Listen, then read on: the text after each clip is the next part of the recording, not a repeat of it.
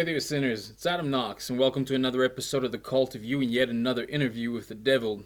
Now, some of you may have noticed a little bit of the pattern that I'm exploring at present, where I do a book review on the Tuesday, and then on Thursday, I do an interview with the author of the book that I've reviewed, when that's possible. Obviously, that's not always going to be a situation that I'm able to kind of access, but it's a pattern that I'm trying to get into. And then on occasions, there will be a Sunday session as well, if there was something interesting about the book or a related topic or the unboxing or the product that we released, where I maybe demonstrate a ritual or explore some ideas. And if that is something you're interested in seeing more of, do give me a comment and let me know, along with some other stuff that you'd like to see us bring onto the show. Now, with that, if you are a new subscriber, I hope you know the drill. Like, subscribe, do all that stuff. Get involved in the community. If you'd like to work with me personally, just follow the link below and you can maybe stand a chance to join in my day mentorship program, where you get to work one-on-one with me personally over an extended period of time as we explore the magical current as well as business and many other areas in life. But with that kind of self-marketing plug out of the way, let's get to the subject of today's conversation. Kimbanda and umbanda are two very traditional religious systems inside of the Brazilian culture that happens to have its roots deep in the African roots. During the diaspora out of Africa into Brazil, New Orleans, Haiti, that entire portion of the world, as well as many others. I get to sit down today with the gentleman whose book I reviewed earlier this week on traditional Brazilian black magic, Diago de Oxóssi. Now, excuse me if I don't get the surname pronounced perfectly. When we sat down, I forgot to ask him the correct pronunciation of that. So if I do get that wrong, Diego, please forgive me. But I think you're going to enjoy today's discovery as we really explore everything from the Baphomet and the Luciferian and Satanic principles in association to Kimbanda. We look at the exploration and the cultural, socio-political development of Kimbanda as a tradition. Diego's fascinating personal story that reminds me of Giovanni Casanova, who was also, if you've listened or studied the work of N.D. Blackwood, had a little bit of an interesting linkage to the vampire chains in terms of his own personal story, being someone who was born with an illness that seemed incurable until his inadvertent fall into the occult world. Diego shares a very similar story with us today. The thing that brought him to the practice of Kimbanda, and also helps us to understand at a very almost technical level the structure of the initiations, the explorations of the realms and the dominions inside of it, the practices, what's legitimate, what's not legitimate, as well as the foundational essences, where these traditions came from, how they brought forward, and really gives us a quality taste of the spirit of Brazil and the spirit of these practices, how things like the jinn, the goisha, and many other practices of ancestral worship affected the spirit mediums that explored this at the time. I am confident you'll have a great enjoyment of our discussion today, and there's many other works and pieces inside of this channel that support this material. So again, if you're new, do go through the material, maybe start off with a master class and then dive your way into the interview so you can really understand these different thinkers, these devils, quote unquote, and I call them devils because of their conventionally controversial way of approaching reality, as well as with the profound results that they have. And Diego is definitely no exception, and is somebody that I respect. He is even acknowledged by a close friend of his, Mr. Nicolas D'Amato, someone who I deeply respect, and anybody that studied Kimbanda in an extensive degree understands the endless contribution of Nicolas' work and contribution. So Diego is a legitimate practitioner and a priest of Kimbanda, having his own lineage traced in his own temple inside of Brazil, and you get to work with him and go to the temple and you get to experience these things. If that is your interest, do check the information below so you can get more information on that specifically. But that's enough for me for now, so sit back, relax, and remember to live deliciously.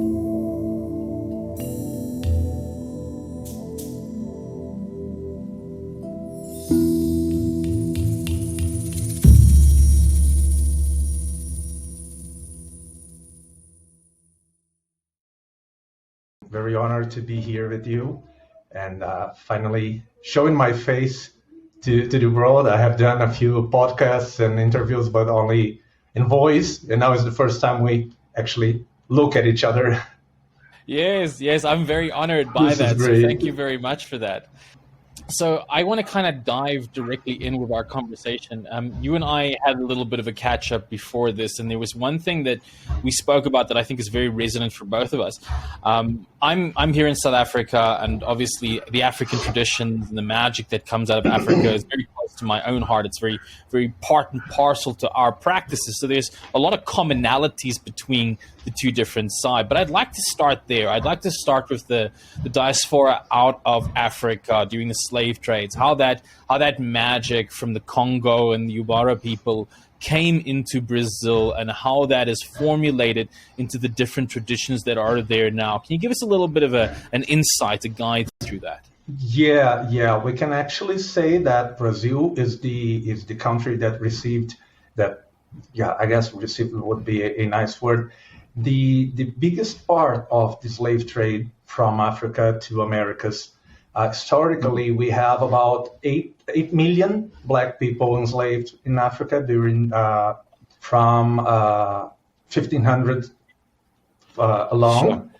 And from these 8 million people, half of them approximately died in the sea, in the ship's travels. They have subhuman conditions in this slavery process. And of these 4 million people that survived the ocean crossing, about 2.5 million came to Brazil, and the other 1.5 million spread along all Americas. So we had about 300 years of slave trade from Africa to Americas, and in this whole time, Black people from a lot of countries and a lot of cultures and a lot of ethnic origins came from,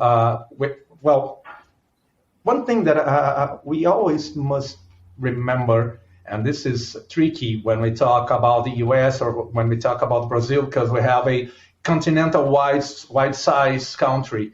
But when we talk about Africa, we're talking about a lot of different countries, a lot of different cultures, a lot of different people that were forced to come to America, that were enslaved until here. The first strategy of the European dominant was to separate families, to separate cultures, to separate ethnic groups. Thank you. Separate them to force the unidentification of these slaves. I can relate with you, or people enslaved could relate among them for the skin color, but they couldn't relate for the language spoken. They couldn't relate by any other aspect than the skin color. They couldn't relate for the country they came from and everything like that. So when these 4 million people, these 4 million enslaved people, and I think we have to enforce this word, these enslaved people, they didn't came to America because they wanted to. They didn't came to America with a promise of getting anything here. They were forced to come here. They were also forced to recreate some identification between them, between the enslaved people. And the first thing, of course, was the skin color. And the second thing was the similarities of their familiar cults, of their religions, of their faith, that even though didn't worship the same gods by its name, it worshiped the nature powers of communication, the nature powers of the river, the nature powers of the fire, the nature powers of anything, including the nature, the original power of life and the original power of death. And when they understand that they worship the same forces with different names, it's then that all the witchcraft, African witchcraft traditions we know in all South, Central, and North America, it's then when these traditions get life. because they had these original cults in Africa, which was mostly familiar cults. They are brought to American, forced brought to America, unidentified, separated from their families, from their ethnical groups and everything like that. And they understand, well, I don't understand what you're talking, because we came from different regions in Africa, but I can understand that you are worshiping a stone that you are saying it's the force of thunder, or it's the force of the waters, or it's the force of life, or it's the force of death. So maybe we can reorganize this with the tools we have here in this whole new world, and continue to practice our faith. And that's when voodoo came along, and that's when candomblé came along, and that's when that's when Kimbanda, Umbanda, and Maria Leonza in Venezuela, and all these African matrix cults got to life. That's fascinating, and it's also like, I think some of the things that a lot of people don't recognize is they look at them and like they were just slaves and they were down people, but these were oftentimes kings or rulers in their own area that were being brought in. They had a lot of technology, a lot of progress in their countries of origin. They were not dumbs, and they're not hungry dumbs, starving people. Exactly. They had a rich heritage of power and history that goes further back. In fact, there's so many tracks. Dr. Bidenheim talks about the African diaspora as the root of the collective unconscious mind. How so much of the unconscious that contains almost like the threshold to the spiritual world has its roots, in Africa. But that makes it all the more interesting. How you had a very interesting story that I learned about, in that you didn't kind of come by Kimbanda by choice in a certain way. You were there by spirit demand. In fact, I believe you shared a story similar to Giovanni Casanova, where he had a disease and an illness that was life-threatening and the doctors couldn't help him with. And he went, his grandmother, who was a strega, a practitioner of witchcraft, led him, and that's what actually influenced a lot of his path and his practice. You had a similar story, am I right, with the kidney disease? What happened there? Yeah, exactly. My spiritual life begins when I am born, or when I was born. I was born with an incurable kidney disease since the age of 1 or 2 years old, and I don't exactly remember that age, but I grew up until my 7 years old by coming on and off from hospitals, coming on and off from healers, from spiritual healers, medical healers, and everything like that. Because I had two options.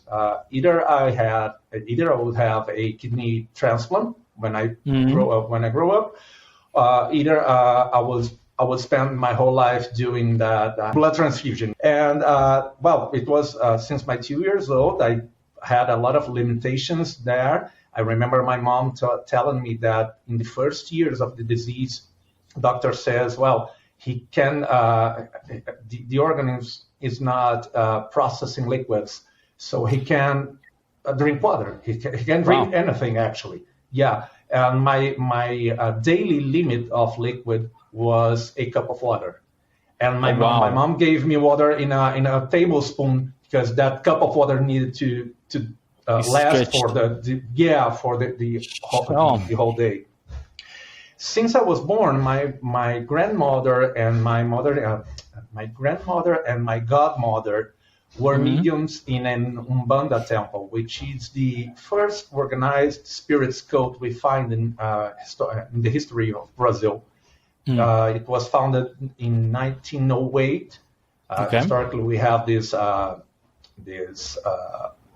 mystery of creation of umbanda. In 1908. Before that, we had some familiar cults. We had some spread, non-organized, worshiping sort of thing, but we didn't have a spirit's religion. I see. Apart of French Catholicism, which is other thing. And they were mediums of this Umbanda temple that basically worshipped native Indian spirits, black enslaved spirits, and children spirits. I see. This is the spirit, the origin of spirits cult in Brazil.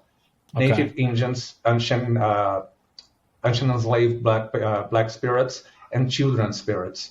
I see. Interesting. And running aside of that, we had this whole bunch of unorganized cults, spirits cults, and spirits practices that get along with all kinds of spirits, good and evil, light and dark, Indians, black enslaved, children, rascals, gypsies, and everything like that, but in an unorganized way. But at the same time, they were unorganized. They were very well known. You can always hear someone say, "Oh, there is that witch, there is this wizard, there is that. We know, but we don't go. We know, but we don't tell," and something like this. So it was hush hush, but it was hush hush about this marginal practitioners. Yeah, a part of French Catholicism and Umbanda, which was a white middle class, low class practice for doing good and everything like that. My grandmother and my mother and my godmother were mediums in a temple of Umbanda, and they took me there since I was born due to the disease and everything like that. Herbal bath, herbal medicine, some spiritual cleansing, but nothing of that was actually working. The disease was there. I was ill, and at some point, doctor said to my mom, "Well, Mom, you gotta prepare yourself because he's basically not going to survive until the age of 7." Oof. Yeah, this is the doctor was very clear about that. He won't last from 7 years old. Well, I mean, you're not processing water or liquids, so exactly. And for the disease itself, because I couldn't have the transplant for being a child. I couldn't. My body wouldn't endure the transplant, and the disease was there, and I was getting iller and iller. And in the despair of that message from the doctor, my grandmother took me to one of these hush-hush sorcerers we don't actually speak up much about. And he was a friend of my grandmother's family. And the only thing my grandmother remembers since while she was alive is that this sorcerer told her, "I'm going to take the baby to a closed room, to the ritual room, and I'm going to save his life, but he will have to pay the price when he's grown up." Okay, there will be a cost. I'm losing myself in translation a little bit, but no one in my family, not even my grandmother, who was a spiritual practitioner, saw the ritual, know what he's done. The only thing they remember is that I'm going to save his life, and I'm going to dedicate him to the lower people. That was the word. Yeah, that was the sorcerer's phrase.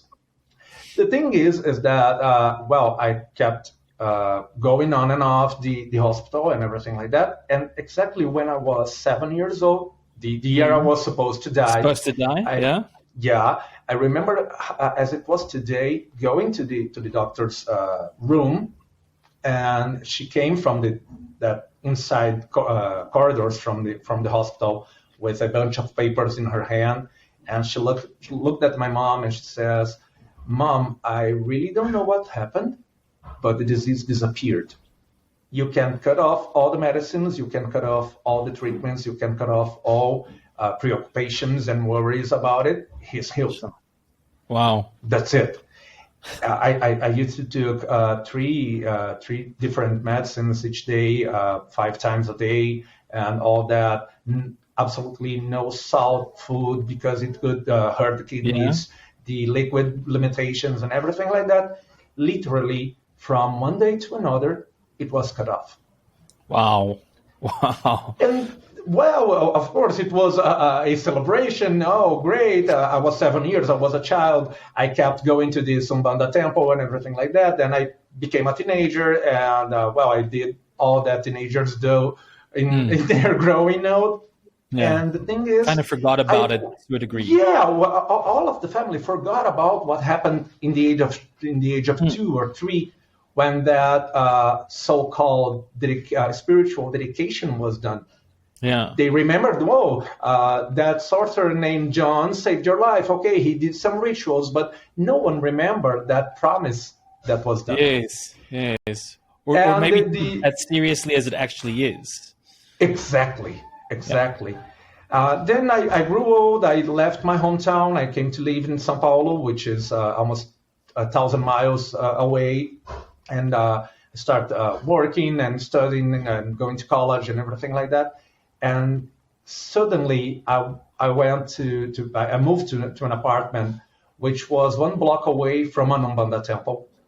And when I passed by the street, it has a small door open during the day, and there was a huge image of an eshu, something like this image here. I see. And I saw that, and something clicked. And I said, "Oh, I gotta get back on track for those things I've seen in my childhood, from the songs, from the enchantments, from the spiritual rituals, from the smell of burning candle and burning incenses and everything like that." And I said, well, I'm going to pay them a visit. They had these public sessions each Friday, so I'll go there, I'll check it out. And from that day on, my life just turned upside down.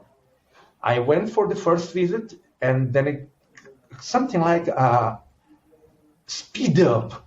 And I went for a visitation, and they said, you don't have much time. You need to get your spiritual promises back on track. You need to pay your spiritual debts, so you're alive, because blah, blah, blah. What usually takes a lifetime for someone to develop and to understand and to go through, I've had 1 year to put it off. And since yeah. It's a rush initiation. A rush initiation, yeah. And that started in Umbanda. And I used to say that Umbanda is the best first step for someone who wants to get along with spirit cult in Brazil. But at some point, that 1 to 2 years in Umbanda wasn't enough. The temple I attended was very good, very traditional, very grounded, very founded in the spiritual rules, but my life didn't work. The thing is, it worked at some point, and there was a time when the priestess of that temple said, Diego, something is ununderstandable here. We're doing all we know. It worked for you until now, but suddenly it stopped. It seems that our magic isn't enough for you. And in that period, my issue here, 7 knives, 7 facadas, took my conscience for the first time during a issue session at the temple. And he said, you don't know me, I said to the priestess, you don't know me, and I really don't quite know you, but I just came to say that I'm taking my guy, I'm taking my medium away from here, because I won't be worshipped and dealt and honored as I want to be in here. This space. Yes, you're all good. You have all the spiritual bases and everything else, but I'm quite different, so I'm getting him away. And that was, nowadays I say it was amazing, because that was my step to Kimbanda. But at that time it was cruel, because basically I had a career in IT, I had my own company, and a rented apartment, but I lived good in São Paulo and everything like that. And From the day he said that, he shows for the first time, he takes my conscious for the first time at the age of 22 years. Exactly 7 months from there, I didn't have money to buy food. I didn't have money to pay the rent.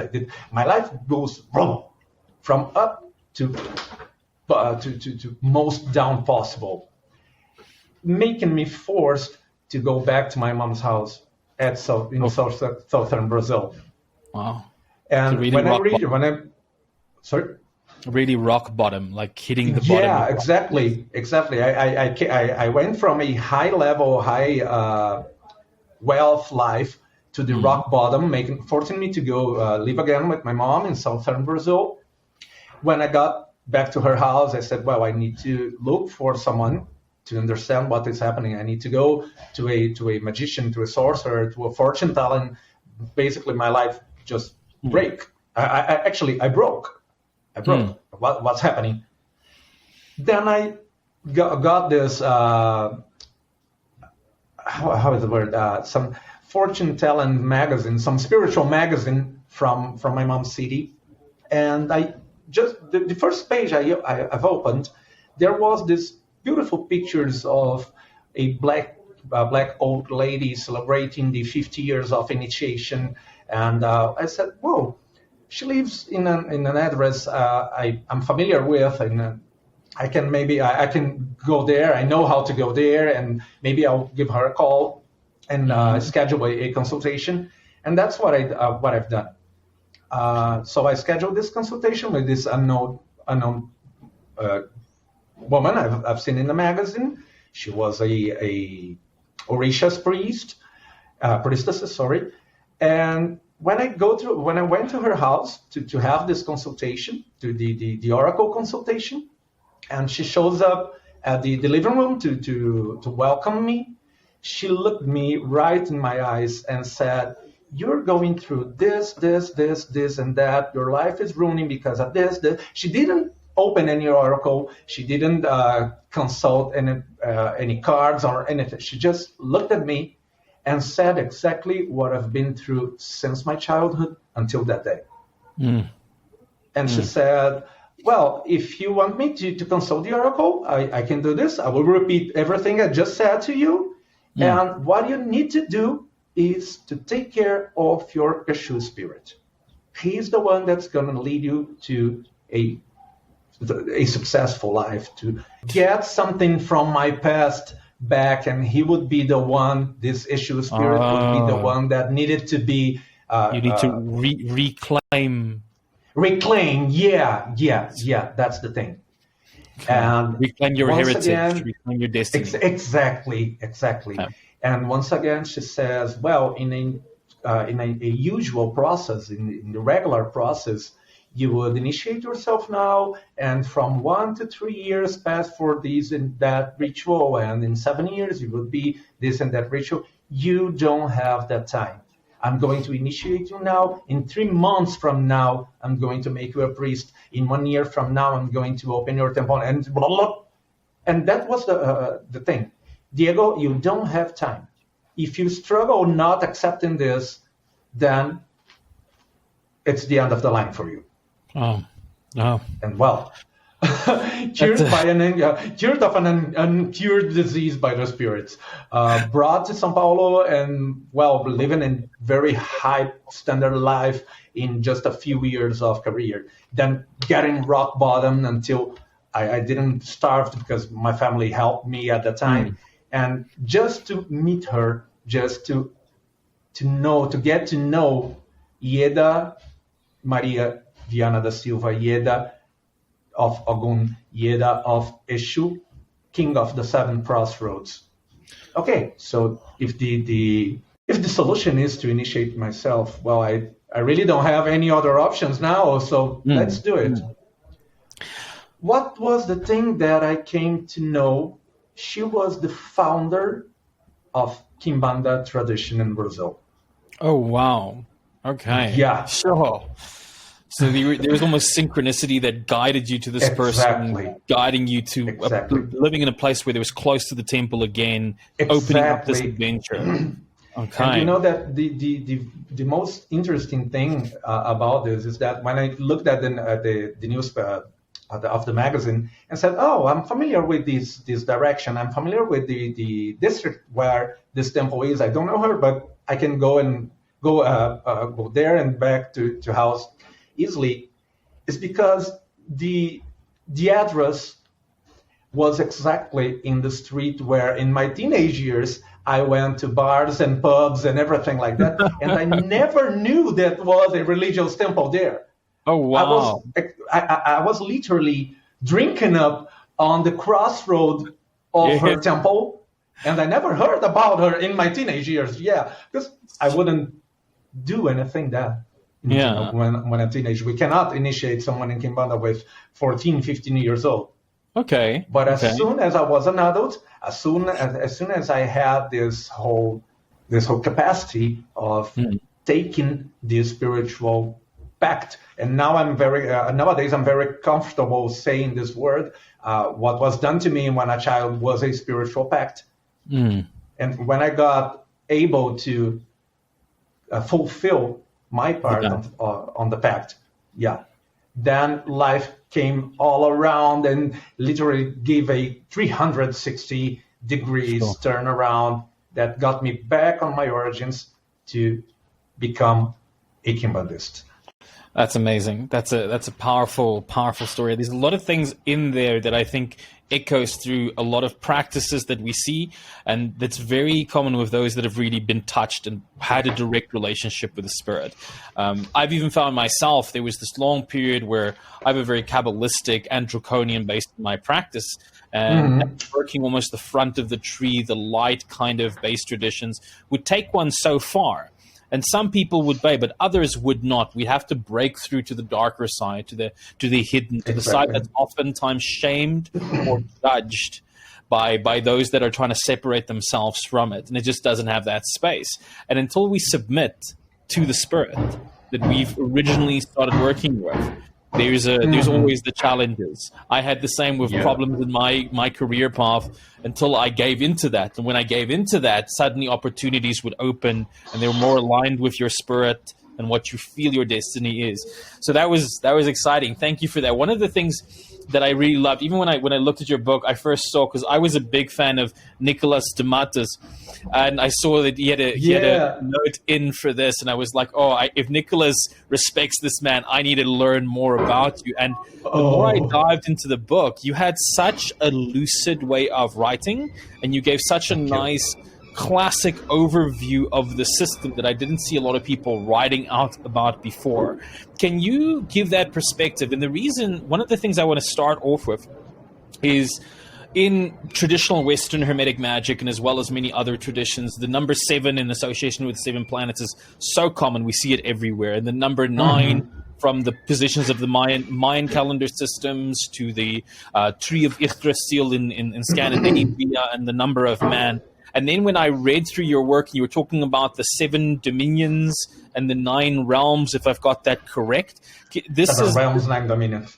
Okay, 9 dominions. Could you help me just kind of help us a little bit, give us a frame of understanding that and a little bit of the hierarchy, how this started making sense to you? Yeah, this is the basis of spiritual hierarchy. Is that hierarchy? Right? Yeah, hierarchy. Yeah, the basis of spiritual hierarchy in Kimbanda is exactly the 7 realms, and each realm subdivided in 9 dominions. And this hierarchy doesn't make a spirit more or less powerful than another, or more or less important than another. The thing is that we understand the whole aspects of life as being spiritual grounded or spiritually related. Okay. So each one of these realms represent either a practical life aspect, a practical life energy, or a space, or something like this, or a symbolic life, or a subtle senses of life realm. So the whole idea of these 7 realms and 9 dominions each is that Kimbanda, as Yeda's eshu founded early in the 1952. It's a whole religion, different from. I'm not sure if the English word is right, but not different from what we had as sorcery, bunch of confused sorcery mixed up practices we had before in Brazil. That gets a pinch of here, a pinch of that, a pinch of that tradition, and get it all together. And yeah, magic work. That's right. That's all good, but it's not a religion. And when Yeda's Eshu, King of Seven Crossroads, found Kimbanda as it is now, traditional Kimbanda as it is now, he organizes these aspects of life, practical and symbolic aspects of life, in a way that Kimbanda has a beginning, a middle, and an end in itself. So this organization of the spirits can serve the financial things, financial issues, and goals in life, the emotional issues and goals in life, the mental issues and goals in life, the love, the sexual, the travel, the symbolic, the emotional, all these aspects. I see. And they were organized in a kind of sequential way. So we will have the first realm, the crossroads realm, as the spark that brings things to movement. That moment that clicks and takes it in action, takes inertia into action. And I like to make a parallel with a car, when driving a car. So the first realm is the ignition moment in a car. You don't go anywhere just by starting the car. Yes. You need to speed up. You need to drive along. You need to move. And when you got that spark, direction, exactly. That. When you got that spark from the Crossroads Kingdom, then you have the Cruises Kingdom, which is the continuation of movement. Okay. You ignite at the crossroads, then you continuate the movement in the Cruises realm. Wow. Then we have the power of movement, the start of every changing, the spark that put things in action, and all these philosophical and symbolic resemblances of this ignition in the crossroads realm. Then you have the movement itself, the continuation of things, the passage from one state to another, from one stage to another, or either from one place to another by the Cruises realm. Okay. But and we can make a parallel about that with a children being born, growing up as the Cruises realm, but you can't move, you can't change, you can't grow with a ill body, with a new mind, with a new environment. Then we get to the woods realm, which will be the spiritual realm devoted to healing the body, the soul, and the mind. I see. You were born, you ignited the car, or the children was born in the crossroads realm. It grew up, it evolved, it walked by life.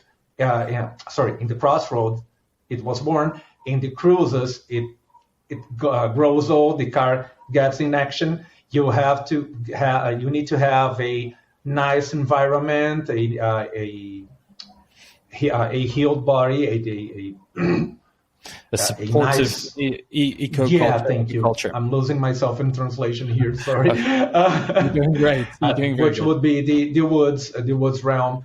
Okay. Then you can you are now a grow up. You evolve through life. You have a health body. You have a good car to keep going on that first parallel, but you need to you need to know where you're going. You need to reflect and understand your life. You need to go deep into your mind and see what is happening inside to reflect this on the outside. So all this mental discrete during life, this would be the soul's realm, and which leads us to the so it's kind of finding the purpose, and I'm applying the critical thinking. Exactly.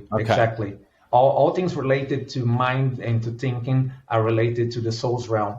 I see. People usually, we're talking about soul, so we're talking about that. People, we're always talking about that. People, because we're worshiping spirits, but the soul's realm, the name, is not actually related to death itself.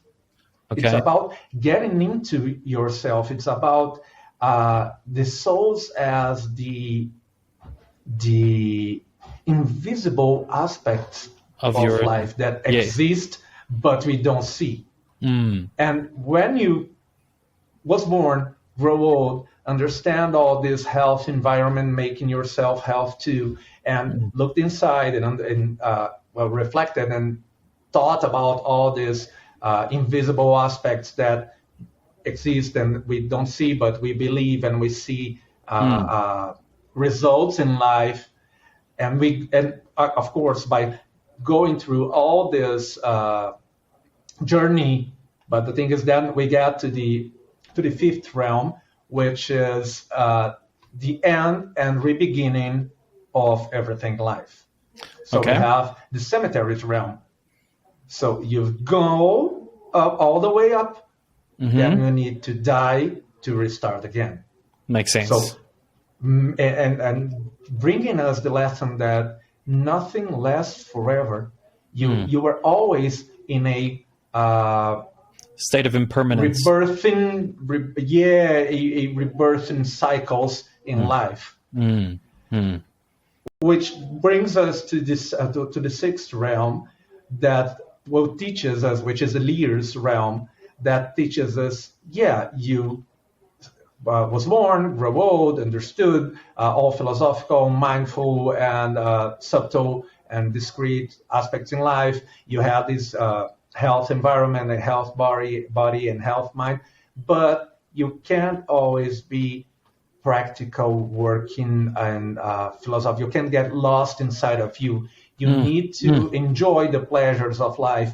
You need to have money. You need to have sex. You need to try all things life.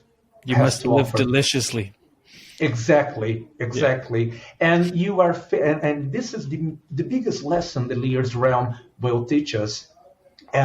You can do whatever you want to. You are free to do whatever you want to. Not everything is indicated for you, or not everything will be good to you. But there is no prohibition. Is that right? Yeah. No limitation. Nothing is prohibited. Yeah, nothing is prohibited, but not everything is indicated.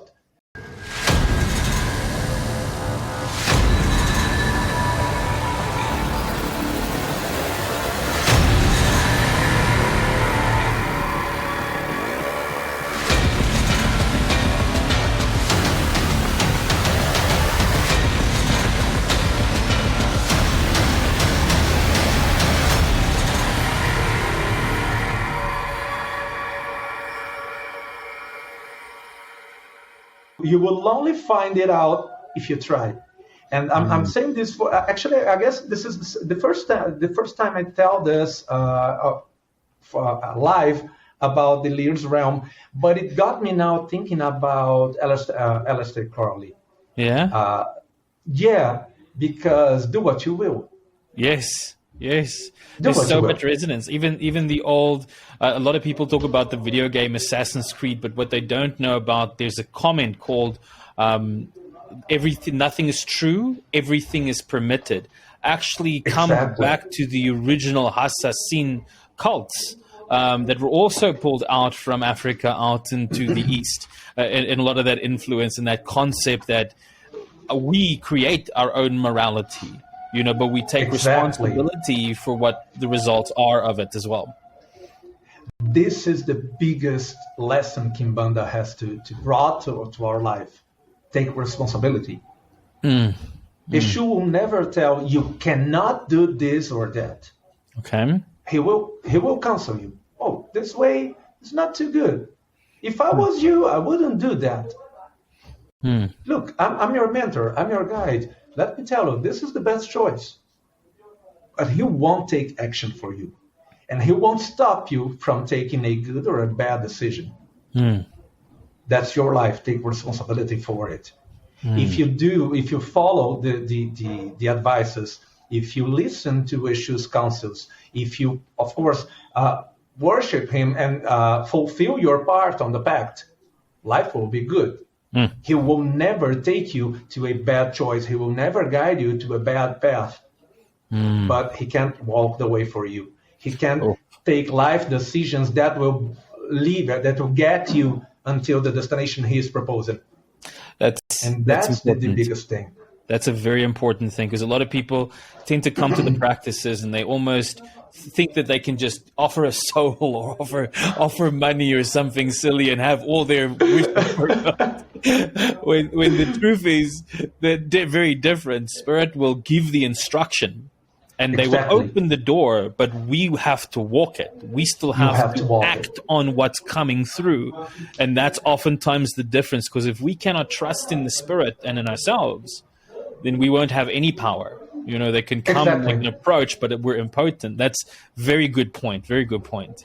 Exactly. And there is one thing that I used to say for people that come in my temple is that magic works, magic exists. Yeah, but magic isn't Harry Potter. Yes. You won't show a wand, you won't balance a wand and things will magically appear in front of you. That's fantasy, that's fiction. Exactly. That's not magic. Exactly. It's so nice. That's all okay. And that's all okay. But this is not magic. This is not witchcraft, wherever you are, whatever tradition you're following. A spell doesn't work like that. Yes. But that's what most people expect to. Yeah. I'll make an offer. I'll make a spell for prosperity. And I'll wake up and there will be a golden coins jar in my window. Sorry to say, it won't work like that. It's weak. It's a supplicating mentality. It's a mentality of the right hand path religions that try to dominate and created slavery in the first place. You know, where we should beg and apologize like we're bad and we should give something for it. This is not the way of the spirits. The spirits wants us to take ownership and to take action. Exactly. It's not a state we can worship and we can show devotion and we can show passion, but we must be strong in our tradition and our belief to act on it. That's very powerful. Yes, very good point. And you know that I guess I'll just jump on to a topic I know we will talk about later in the show, but I just remembered something that Nikolai was telling me a few weeks ago about his point of view as Eshu being the devil. And I always struggled with this sentence. I always struggle with this concept that most people say, no, Eshu is the devil, the spirits are the devil. But when Nikolai told me that his point of view, I was forced to agree with him. And it comes along with what you were saying now, because Eshu is the devil when he puts us in the middle of a crossroad in life. And he provokes us and says, you can do what you want. I'm showing you the right ways. But if you don't follow that, that's okay for me. I don't have any problem with that. Maybe you can go the other way. This can be good. Yeah, go there. And pay the price. Yes. I've told you, don't go there. You want to go? Pay the price. I will provoke you. I will put, and the spirits in Kimbanda specifically, the spirits do this with us, the initiated ones. Look, here, I have this good opportunity, but I have this one that's very seductious too. You can maybe try to live easier. You can try to make money easier. You can try to fuck all day long and think that life will go all that. Yeah, go there. Go there. It's okay. So as I'm not quite sure if the translation is right to English, but so I'll try to literally translate from the way we say this in Portuguese. But as the father of provoking, as the father of lying, as the ruler of this crossroads that forces us to either betray ourselves and betray our life path, looking for the easiest way to go through. Eshu is the devil. Oh, I love that. That's gold. I know we want to come back. We want to circle around that idea again, but that you just hit something there I resonate so much with. I remember when I was working with a spirit of Belial, which many would consider also to be a demonic force. I became very rageful at first. And he spoke to me and he said, you can either be my slave or you can be my equal. You're either the victim of these energies or you're a master. We don't have time for the victims. You know, if we want to work with the powers, we must be stronger. You know, if you're a victim of addiction, you know, then you're weak. That's where we're tested. That's how the will of the witch, of the practitioner is cultivated. And that's how we become priest or priestess in the first place. Not by simply like the person that's outside that just takes the energy. So they must test us to make us stronger. And is how much do we want the path that we have chosen, and how devoted are we really to it?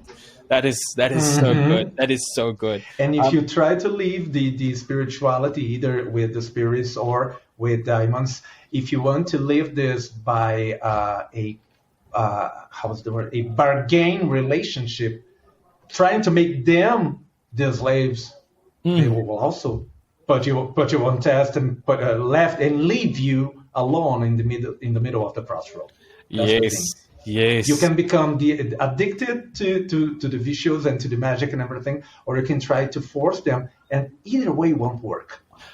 It's what Belial said to you. You want to be my equal?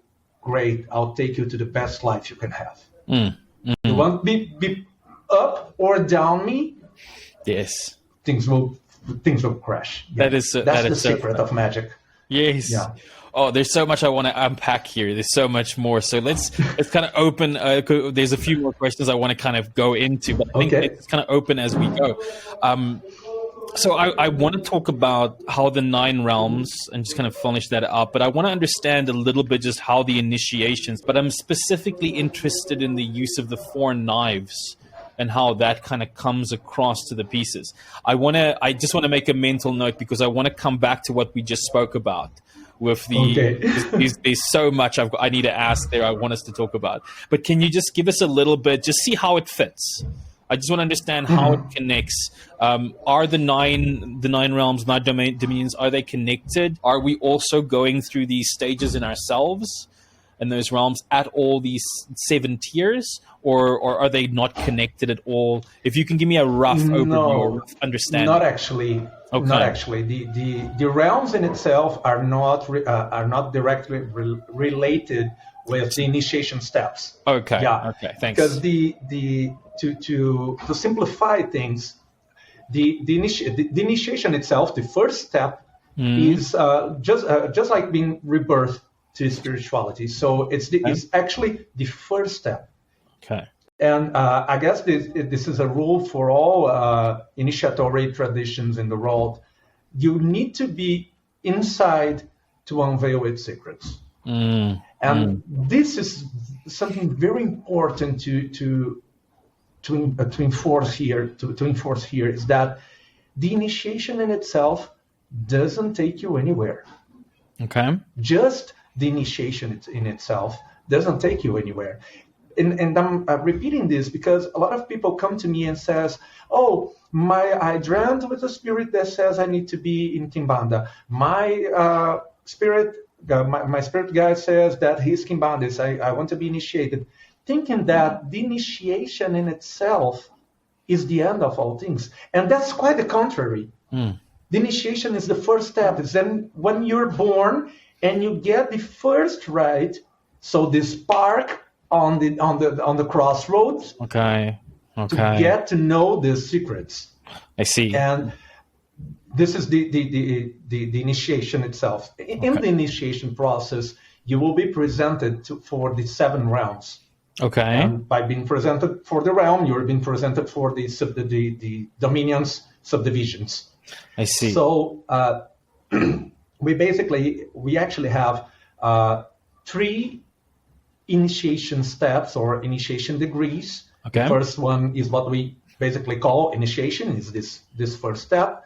And in between this first, second, and third degree, you will have yearly renovation of vows. We have 3 degrees. In the first one, the initiation itself. Okay. Then we have some intermediary steps that can happen during a second or third degree ritual, but can happen separately in between them, which will bring us the 4 knives. Okay. And because we don't have this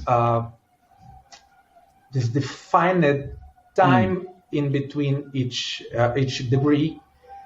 It can take 1 year, it can take 10 years. It depends on your devotion to the rituals, your devotion to the spirits, and your development on understanding all this these philosophical, magical, and personal lessons that Kimbanda has to offer. Okay. So you won't reach the third. You can pass through the third degree ritual if you don't get all this, but it won't serve. It makes sense. It makes sense. So the 4 knives come in between this development, this evolution from initiation itself to the third degree, which would be the priest or priestess's degree. Okay. The master's degree would be this third degree.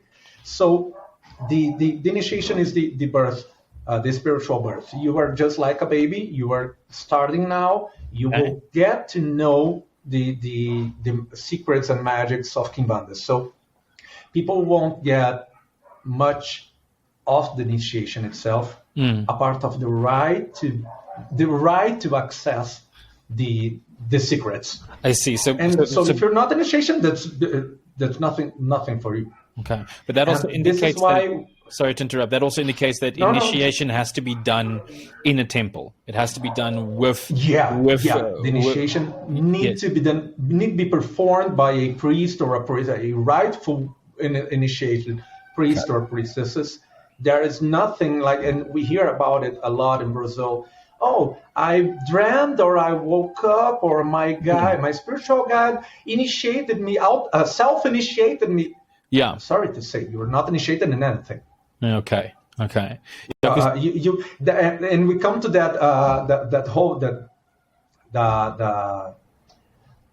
the major dogma. Maybe you only give what you once received. You cannot initiate yourself. You've never received an initiation. You don't get it. And I like to bring things to reality a lot to explain these concepts. It's just like you knock on someone's door. If you knock on someone you never knew, you never seen before, you knock on his door, he will say, "Oh, fuck you. Who are you? Yeah. What do you want?" This is trying to access any eshu's realm without being initiated. Oh, hi eshu, how are you? Oh, what the fuck? What do you want?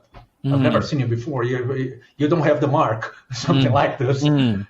So the initiation would be me as a priest taking you, Adam, and say, "Hey, eshu from the kingdom, eshus in plural, from the crossroads, from the cruises, from the woods, from the souls, from the cemetery.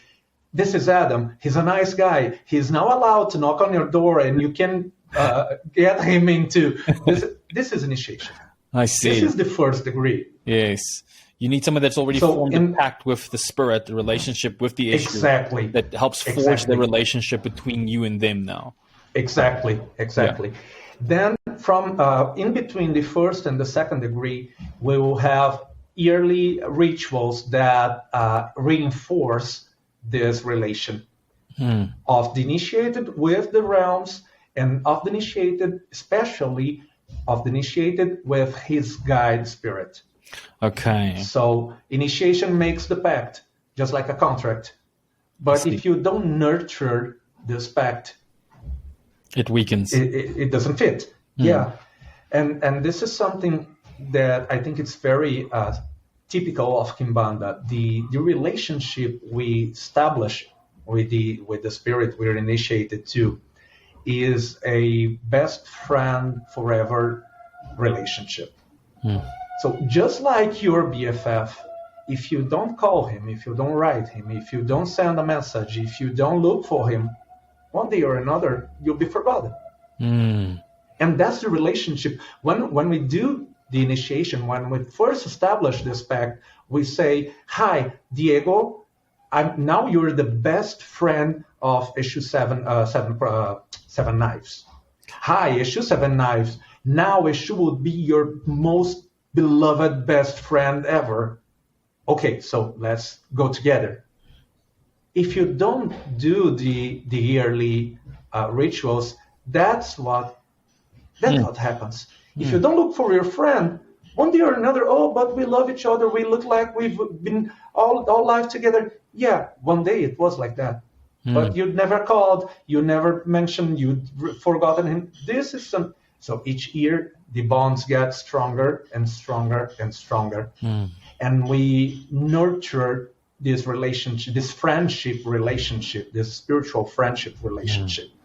So as much as I care for you, you care more for me. And that's a increasing cycle of spiritual care and spiritual power. Yeah. Then we get to the second degree, which would be, well, now you've in these yearly rituals and in this whole living the cult day to day, we get to the second degree, which is, well, now you're recognized as a grown-up for the spirits. Now you understood you basically understood the realm's mysteries, the realm's secrets. You are in a raw translation. You are now ready to access these realms. You are now ready to knock on any eshu's door without needing me to present you, without needing someone to allow you there. And that's the second degree.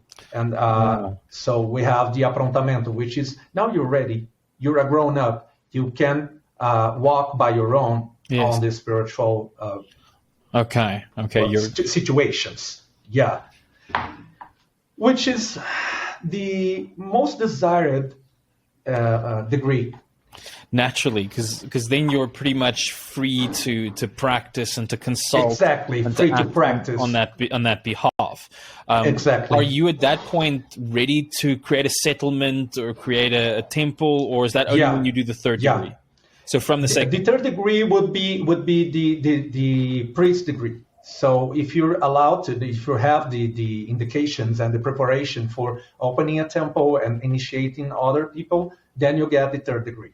I see. So basically, most people stop in the second degree. Okay. Because it is the biggest title instead of a part of the priesthood title. Now you're now ready. You're now free. But you still are bound to your initiator. Okay. That's something for life. But you're ready. Go. You can walk by your own foot. Yeah, you've got access to the entire hierarchy in all the realms, and you can perform. Exactly. Sure. And if you have the destiny of opening a temple and bringing up your own community, then you have the third degree.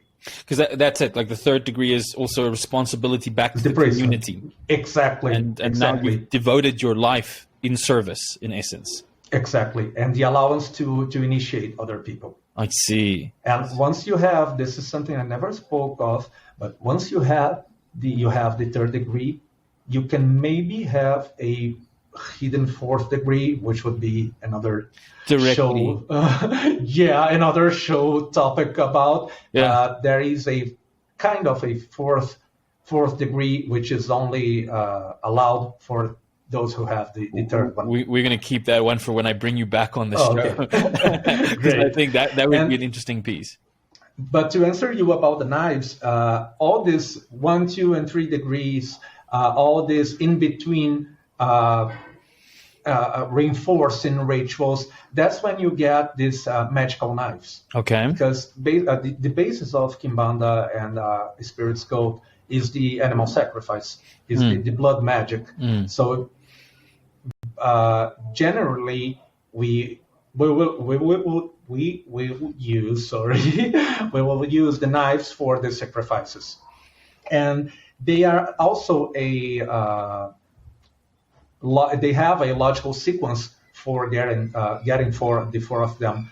The first one would be the spell knife. Okay. So the artifact that allows you to sacrifice pigeons, sacrifice roots, sacrifice feather animals. I see. For making a spell. Okay. So this is the most basic knife is the one that says, now, even though you're not fully prepared to walk by your own, here's a knife. You can perform spells. You can do some magic with it. The second knife, would be the approntamento, the readiness, the readyful. I really didn't found a translated word for that. So the grown up in the second degree knife, which is now you are ready to walk by your own. So being ready to walk by your own, you can sacrifice bigger animals such as goats and four-legged, small-sized animals. I see. Yeah, I see. Like goats and lambs, the other one. The pigs. Yeah.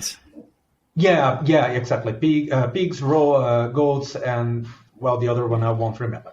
Okay. And once you are a full-grown node, once you are a third-degree Kimbandist, you can also access, serve, worship, and invoke the what we call the aguns, the souls of the unknown deceives. I see. So that's when you have the third knife to use only when working and worshiping and accessing the souls of the deceived. Okay. This is a separate knife that you only have if you are a third degree Kimbandist. You take a lot of time to get that knife. And in the third degree, you have the initiation knife, which is exactly what gives you the right to initiate other people. I see. You won't use because the knife as the artifact that makes the sacrifice is the most sacred artifact we have. Okay. So I can't get the knife that I use for harm spells. I can't use that artifact, which is charged of a lot of types of energies. Yeah. I can't use to initiate someone. I can't use the same knife to initiate someone. How can I initiate you asking the spirits to give you a nice life, a wealth and health and prosper life with the knife I yesterday used to kill a rose to make harm to someone? Yes, too contradicting. It doesn't make sense. So it has to be dedicated and consecrated for that purpose. So there is the work knife, which is this knife I will use for any kind of work, specifically to work any kinds of spiritual works, for spells, for rituals, for everything like that. There is the knife I will use only for initiation and to give other people the spiritual path and blessings that I'm looking for myself and my community. There is the bull's knife, which is a high degree we not only not everyone reaches, which is kind of the royal highness coronation we could give to someone to be able to sacrifice bulls and there is other word in English, lost. Sorry, but yeah, to sacrifice bulls and bigger and big size four-legged animals. Okay. There is this symbolic difference of killing sacrificing a goat and sacrificing a bull, and there is the Diago knife, which is only to access the souls of the deceased, which is another part of Kimbanda restricted to third degrees. I see. That's fascinating. It gives a nice structure to it. Now that kind of opens me up, and like we're going over time, and I'm having such a good time with this conversation. So if I start stealing too much, you need to go. Just indicate for me. Okay. But Okay. what I want to really kind of circle a bit back to, because when we talk about the eshu, we talk about the spirits, and one of the things that I love, because again, you go into so much more detail in the book and you put it in a very nice and clear structure. And as I was reading through it, you were speaking about the gypsy eshu and the ones that related to the gypsy, and also how it relates to certain Arabic practitioners and things like that. This got me very interested, because we know a lot of the spread of the traditions out from Africa that went out to Persia, that went out to different parts of the East, as well as to different parts of the world, and how those source spirits really influence. We see a lot of the overlap between the New Orleans and the Loa, and then we see a lot of similarities with Papa Legba and those connections. But the things that you also explored that was quite interesting for me is it gave me a bit of a jinn flavor, like the flavor of the spirits of the jinn in how they were perceived. I saw a commonality. And then when I was reading how you were talking about the correspondence with the Goetia, and those spirits, how that came in, that brought a lot of things interestingly in perspective for me. Can you talk a little bit about that? Just how did the use of the Goetia and these ideas of Luciferianism and Satanism kind of really start populating the practice and connect to the eshu as a hierarchy or as a connective energy? Well, one thing that we must notice is that Kimbanda is basically an ancestry spirits cult. So even though as a priest, I can access all kinds of energies, all the 7 realms and 9 dominions, and all kinds of issues and everything like that. As a priest, I have the spiritual right and the spiritual knowledge to do so. The spirit I was initiated to is a familiar spirit of my ancestry. I see. He's an ancestral of mine. So when we talk about the gypsy cults in the gypsy cult in Kimbanda, we have this Arabic jinn relationship for people that have Arabic ancestrality. Okay. Yeah. Okay. And there will be maybe someone who doesn't have who won't be initiated to an eshu, but will be initiated to a gypsy spirit. I see. Or to an Arabic spirit. Yeah. And maybe we'll have some spirit that will present himself as a eshu for the initiation process that was actually of European ancestry, and then that spirit will have some intimacy with the Goetia diamonds, for example. Okay. But one thing we need to say is that even though things are very similar, and I really believe in all traditions we all worship basically the same thing, giving different names for it. We must understand that if you're performing a jinns ritual, a Arabic magic ritual, invoking jinns and everything like that, that's what you're doing. Don't mix things up. Yeah, don't confuse the one with the other. Exactly. If you're doing Goetia, do a rightful Goetia, a full of magic, but no, you're doing Goetia. If you're doing Kimbanda, if you're invoking the souls of the deceased, if you're invoking eshus, do Kimbanda. They are very similar. They are related, but they are not the same thing. So, and I like to see things as archetypes. So when we look to Goetia diamonds, we can find a very nearby relation of them with the eshus. Yes.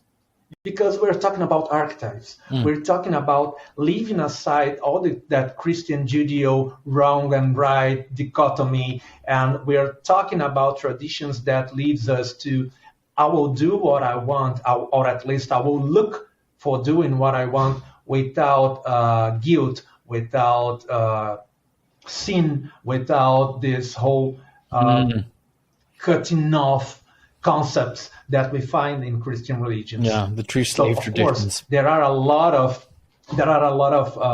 diamonds that look alike issues in the gypsy worship, in the gypsy part of Kimbanda. That will be some relationship of the genes with this cult, especially when we're talking about the gypsy ones that have this ancestry on Arabia, or that has this ancestry in India with the Kali code, for example. So, but don't mix things up. That's my best. I like my best effort and my best counsel for those who are looking for this path. I think it makes sense, because even if you look at it in Kabbalistic terms or in many of the other terms, we look at the 4 realms, for instance, and if we look at the higher archetypal realms, and we have the realms of pure thought or pure deity, at that level, sure, everything can be one and rooted in the same thing. But as it starts to come down to the level where we can relate to it, it becomes more individual. And all the elements need to correspond with it. It's exactly like you said. We can have a big boardroom meeting of an international conference of companies, and we're all there because of technology. But the people that are from Japan, and the people that are from Russia, and the people that are from Scandinavia and from Brazil, they're going to be different. Their diets are going to be different. Their practices are going to be different. And if you want to show respect, you show it in their culture and and that's what's going to give you intimacy in relationship with that spirit. That's very, very well put. So that kind of then brings me into a nice kind of concept, because it was when you talked about the maioral and the idea of the maioral and the representation of the Baphomet, and this classic acceptance of the light and the dark, of the masculine and the feminine. How did you come to that? How is that seen? How's that view in Kimbanda? And how is it? Because what I want to preface that with is because early in the book you talk about the difference between possession versus spiritual embodiment, and you very clarify that those aren't the same thing. But then you also talk about that the maioral cannot be possessed. It cannot possess. Exactly. Can you kind of put that in a clear perspective? Yeah, we see maioral as the origin of all things in the universe, including life. I see. So he is not a spirit. One can only be embodied by a spirit. Okay. That's a fact. One can only be possessed, in the concept I present in the book, by a deity, by a nature deity that has this phenomenon kind of worshiping. I see. We cannot be neither possessed, neither embodied by the origin of all things in the universe. We would explode our body. Our physical body wouldn't support the origin of all creation taking us. That's nonsense. And when we're talking about the possession, the Orisha's possession, in example, we're talking about an ancestry force that is literally rooted inside of our body, and that expands from inside out. That's possession. When we're talking about embodiment, spiritual embodiment, we're talking about a spirit, something outside that get our conscious, that settles us. Something like this. Yeah, being ridden by the spirit. We are not taking something. Yeah, we're not taking something absolutely outside on the origin of all things and pushing it inside. That's maioral. And that's why we use the Baphomet's image to illustrate. I'll try to put this nearby the please, so we can get a camera. Good view. So this is a traditional eshu image in Brazil. This is my eshu 7 knives. He has a human form. He was a human. Okay. A human when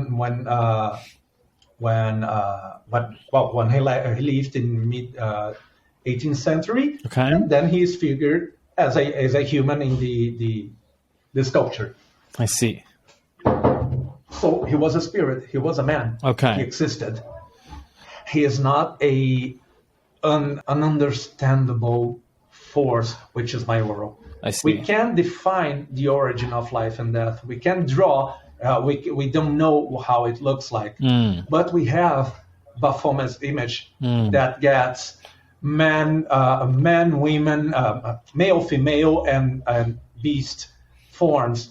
We have Baphomet's image, which brings us all the balance of life, the up and down, the heaven and hell, the female breast, the male arms, and the beast foot that says, I am all that it is. Oh, and I sit on the top of the world because I rule everything that exists, either lived or death, spiritual or physical. I am all that it is. That's my oral secret, and that's why we use the Baphomet's image to illustrate all this concept. So once again, when we talk about Baphomet, when we talk about Beelzebub, and when we talk about maioral, they are absolutely related. Yeah. But we cannot say they are the same thing. I see. That's an incredible distinction, and I really love that, because you really do put it in perspective. Because again, like, the deities are very much deeply tied into the archetypal essence. So possession really brings to the front and overcomes, whereas the other is an outside experience coming in. Within that, and it takes the medium time to develop that skill to kind of get to that process. We're coming close. We've spent a little bit of overtime that I've stolen you today. I want people to learn a bit more of how to get to work with you. But before we get to that, I want to ask one more question that I just need to kind of throw out there, which was such a resonance for me. I fell in love with capoeira when I was quite young. And in fact, I used to practice it, and I used to do the dance and the performances, and I love the songs, and it's pretty much the only Portuguese that I know is a little bit of the old capoeirista songs. And when I was reading through this, and you were talking about the rascals, and you were talking about the capoeirista rascal, and you were talking about the other ones that were there, and there was a depiction that you also gave in one of your other interviews where you spoke about when the slaves, when the rebels, when they're looking at the others, and obviously then the enemies of theirs are the ones that we're going to claim as our own. We're going to use those images because it put fear. There's been a very powerful essence of the liberation teachings and the liberation philosophy of the slaves. And it's clear to almost see that there's this socio-political evolution in Kimbanda as it is with the people in development. Can you talk about that? Can you touch on the freedom of these principles and what it really means for the practitioner? Yeah, this is a nice question, and I guess that when we talk about the rascals, when we talk about these socio-political aspects of Kimbanda, can maybe answers the relationship of Kimbanda with Luciferianism and Satanism. Because we are talking about a marginal religion. We're talking about a poor, a religion that was founded by the most poor and most prejudiced people, oppressed people in Brazil. And even though it has this African origins, it has this African roots. Yeah, African origins is great. It's good. It is a Brazilian religion, which will deal with Brazilian spirits and will deal with the most unseen or hidden, social, forgotten kind of spirits. We're not talking about French Cardassianism that deals with this whole white cisgender doctors that came from France and are now saying you, and they're not even guiding. They are saying you what's the right way to live and what is right and what is wrong. This is Cardassianism. We're talking about people that lived in poverty. We're talking about rascals. We're talking about marginals. We're talking about enslaved spirits. We're talking about whores. We're talking about pimps. We're talking about I don't know the word in English, but those the outcasts, popular workers in the general workers, the general. This kind of knowledge, this kind of wisdom is what they have to give us. They don't have this called scholar wisdom to teach us, this theoretical life wisdom to teach us. They have the practical life, the wisdom of those who didn't know how they would feed themselves in the next day, but they needed to find a way today to keep living, to keep struggling, to keep balancing. And it brings us to the most important concept of Kimbanda, which is we gotta look up for ourselves. Kimbanda is a very egoistic religion in the better sense of the word. I need to go, I look for myself, and my eshu look for myself. And if you look for yourself, and your spirits and your guys look for yourself, and John and Mary's spirits look for themselves, nice, everybody would be living so good. But Christian Judeo traditions teaches us to give up on ourselves, to look for the other, to serve, to give to paraphrase the Bible, to give the fish and not to teach how to fish. Spiritual, mental, financial, romantic development. We will find the best life that it is. And of course, we need to understand how to do this, because the world is a very dangerous place. It doesn't matter what you do, what your faith is. The dangers of the world are always on the lookout. If you have a guidance to that, if you're guided by a force, by an energy, by a spirit that doesn't deal with the ideal theoretical life that was supposed to exist, but have before being dead, before being a spirit, have dealt with all these struggles, with all these issues, well, you will probably have a nice way or a nice answer to your challenges than the theoretical one. I think that's very well. This is what especially the rascals, the minion, have to teach us. This trickster way of living besides all challenges. Mischieva. And this is a very, and it has a deep political root, because in the early of 18th century, I'm not sure of the dates, but if I'm not losing, in the early 18th century, there was a lot of political disputes in Brazil, political interests going on and off, and they used the capoeiristas groups, get these poor basis communities to go against the bigger powers, the political powers, governments. Yeah, exactly. So this is the biggest, the most socio-political empowered group in Kimbanda would be the rascals. Yeah, and it's that spirit of the essence of the spirit of rebellion.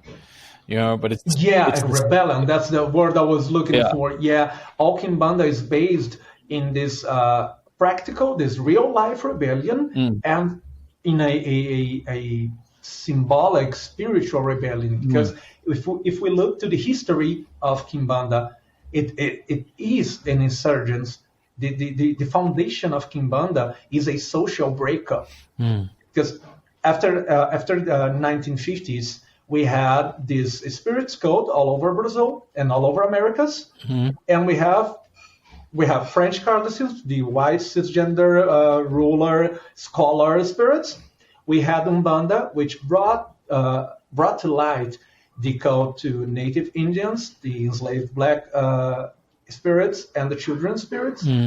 But even Umbanda was founded by white cisgender men. Really?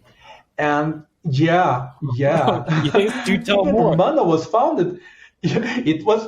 There are some discussions over it, but basically, Umbanda Foundation was a social breakup from French Cardasses, Uh-huh. a political breakup in French and Brazilian Cardasses headquarters. Yes.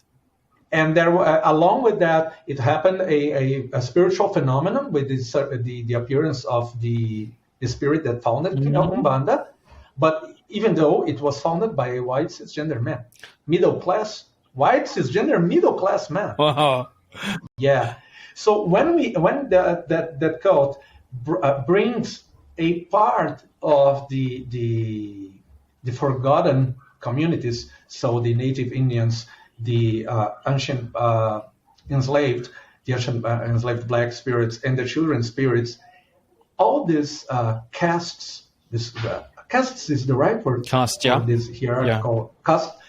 This caste, they have a servant called eshu. Okay. They all this first decades of Umbanda had even though they tried to break up this enslavery, these oppression concepts and everything else, they enslaved the eshu to do the hard work.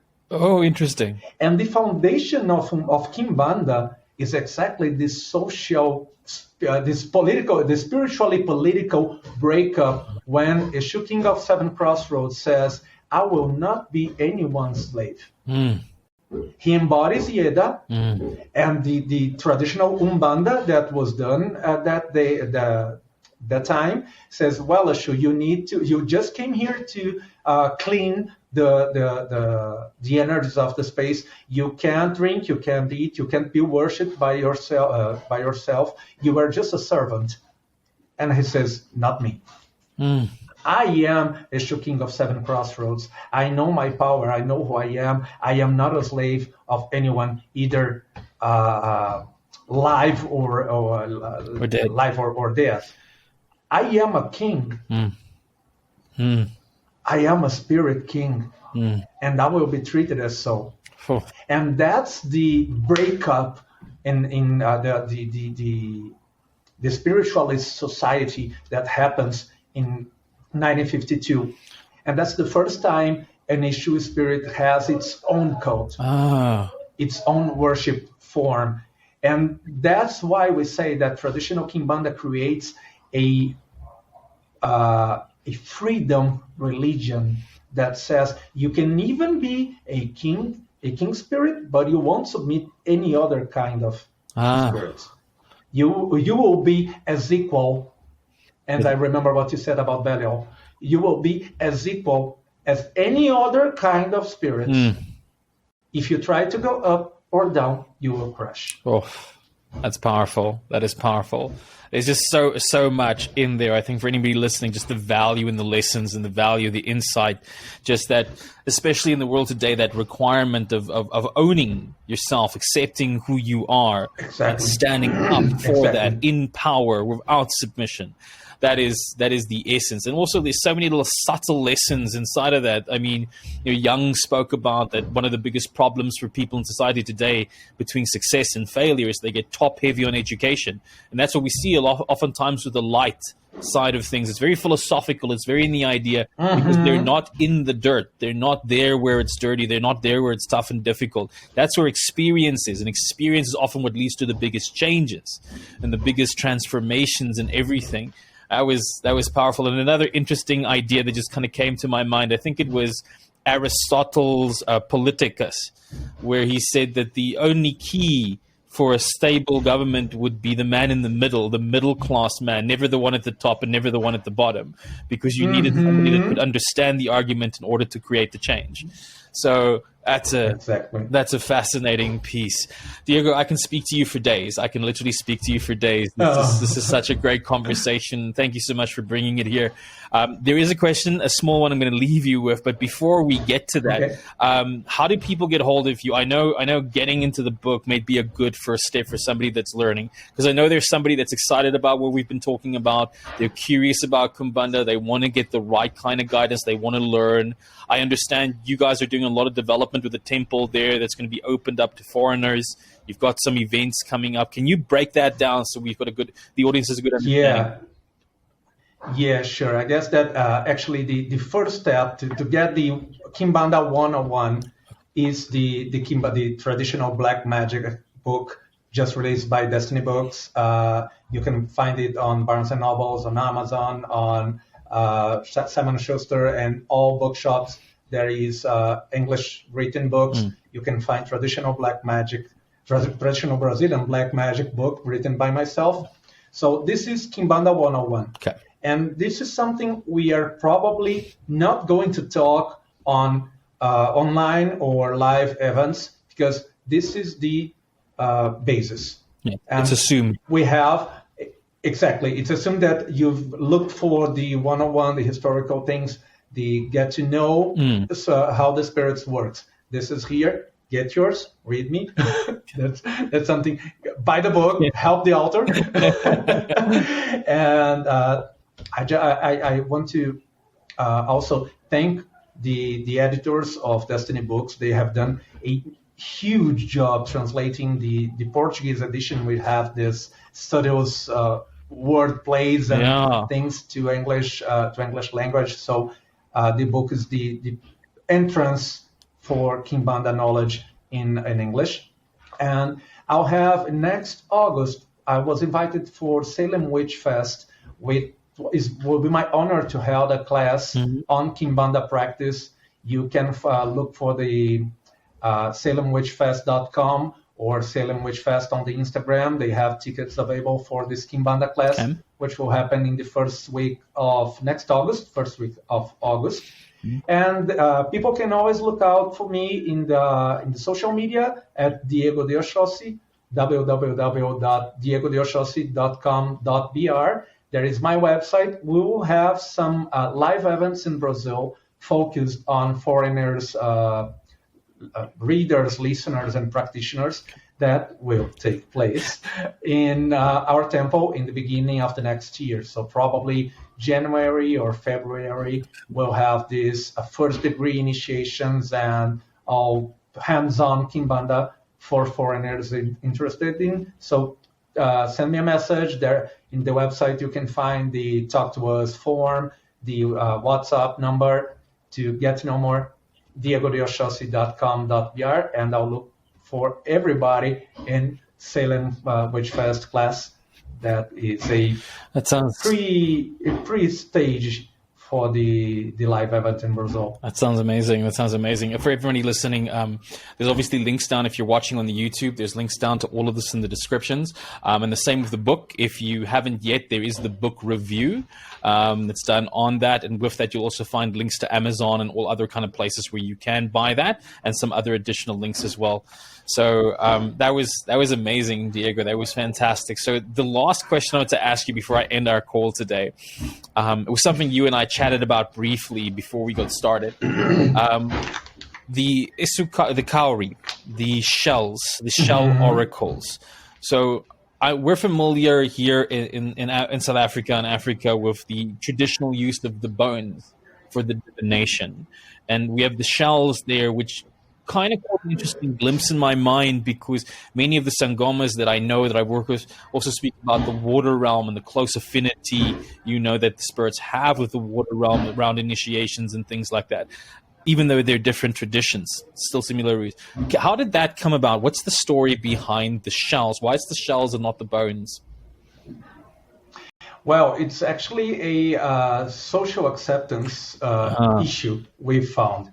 Because the original oracles in Kimbanda would be either the bones oracle, which is has its roots on traditional African, especially the Benin region, the Congo, Angola, and Benin region, which has this spirit codes in Africa. So the original Kimbanda oracle would be either the bone ones or the card ones for those who work with gypsies and all this non-eshu class of spirit that we worship in Kimbanda. But we have to deal with 21st century issues, things, and we have to. We receive people from all faiths, from all origins, from everything like that. And a lot of people wouldn't be comfortable by looking for someone who's throwing pieces of bones out of the air. Yeah. And in Brazil, the Orishas cult that took form in Brazil uses the cowrie shell as a way of divination. So for those who don't know, I'll try to put this in focus, but this is the traditional Orisha cowrie shell, which is a white form. You can see that it has a form of a mouse. Yeah. So we say that cowrie shells are the voice of the Orishas. Oh. They speak through the shell's mouth. I see. Yeah. And in Kimbanda, for the sake of adaptation and to not shocking people that come to the consults, we use this kind of shell, which is a brown one. Okay. It's the same. Yeah. Yeah, I'm losing for the camera is losing focus, but it's the same kind of. Yeah. It's the same. Yeah, it's the same kind of shell for on different colors. I see it. The thing is that what most people confuse and get mixed up, even in Brazil. I will look for a Orisha priest that performs cowrie shell divination for Orisha's tradition. Okay. I'd like to know which one is my eshu. I'd like to know which is my spirit guide. Even though we're using the same natural element, the same kind of cowrie, we are talking about two different oracles, two different traditions. So Orisha's priest won't identify or guide you on spirit's cult. Okay. At the same time, when we use the Kimbanda oracles, either on bones, on shells, or on oracle cards, we cannot say which is your Orisha, your regent Orisha, or guide you on something that is not our tradition. Yes. One thing that I guess it's nice to present is how the oracle for eshu is done, which we put this necklace over a table, and each one of these parts of the necklace represents one of the Kimbanda energies. So we have, in this sequence actually, maioral, crossroads, cruises, woods, cemetery, souls, leer, gypsies, rascals, beach, diagons, and the witches, all kind of energies that are worshipped and dealt with in Kimbanda are represented in some kind of micro. This necklace creates a microcosmos, and is inside this space that we throw the shells, and the way they point and cross and combine, point it up to one or another part of the necklace. Yeah. That's how the messages are that's interesting. Interpreted. That's fascinating. And about the relation with the sea energies, the ocean energies, the water energies, we go once again to the symbolic point of view about the realms, because when we have when we look to the beach realms and when we look to other magical traditions that deals with water spirits, water energies, water entities, water is always related to intuition. Oh, yeah. Water is always related to those things that cannot be seen by the physical eyes, but can be seen with spiritual eyes. So not actually the sea or the ocean or the river origin, but the water element itself. The alchemical symbolism of water is what would really interest when we're talking about using water origin elements to perform the divination. That makes incredible sense. That's kind of like obvious now that you mentioned it. That's perfect. Sure. Diago, this has been exciting. This has been a lot of fun. I had a great time. I really enjoyed the depth of knowledge and the experience and the personal stories that you shared. And I think anybody that's listening now has got a nice, clean perspective, like a very good frame on all these ideas. You really know your subject very well, and you've done it definite justice. So thank you so very much. Thank you, Adam, for the invitation. It was an honor to be with you and to present once again the Kimbanda tradition to readers and listeners all over the world. So if you want to find more, first things first, if you want to find more, rewatch, rehear this show. There was a lot of subjects. I am thrilled of how deep we went in our conversation today. We have some very important aspects of Kimbanda brought here to the show, and I once again thank you for that, for this opportunity. Pleasure. Get the book, Traditional Brazilian Black Magic, and then come to Brazil, come to the events. I'll look for you guys. Well, I'm looking forward to maybe popping down that side myself someday. Yeah, I'll wait for you, Adam, in January. That sounds like a good idea. I'm very tempted. We may be in contact soon. Felt a little different, a little uneasy between regular folk, a bit of a dreamer, a lost cause, a little non-ordinary, some would say. I think I've always just been this way. My mother said I was special. My father thought I should be feared. But I knew that witchcraft coursed through my veins the first time I tasted the lips of the goddess inside the rain. Yes, I'm a witch, it's true. And sure, we are the ones who believe in the beauty of nature, who believe in the things science, absent of art, cannot explain, who instead of religion would have romance. And sure, you may think we have lost our way, when in the world of predictable things we have such unfamiliar things that we would like to say. But maybe, in a world so cold and alone, a little unfamiliar is exactly what is needed to show us the way home.